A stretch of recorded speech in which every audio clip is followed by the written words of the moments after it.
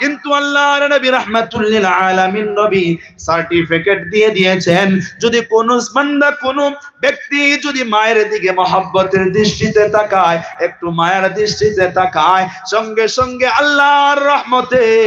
সেই বান্দার আমল নামায় একটি করে কবুল হজের সওয়াব জমা হয়ে যায়। আজকে আপনারা এই মাহফিল থেকে যাওয়ার সময়, যখন এই মাহফিল থেকে আপনাদের জন্য তাবারক দেওয়া হবে, তাবারক নিয়ে যাওয়ার পর মার কাছে যাইবেন, মার কাছে গিয়ে বলবেন, ও মা, দেখো তোমার সন্তান মাহফিলে গিয়েছিল গো মা, ও মা, মাহফিলে গিয়া এই তাবারক রহমতের খানা গো মা, আমি সন্তান তোমার জন্য নিয়ে আসছি। ও মা,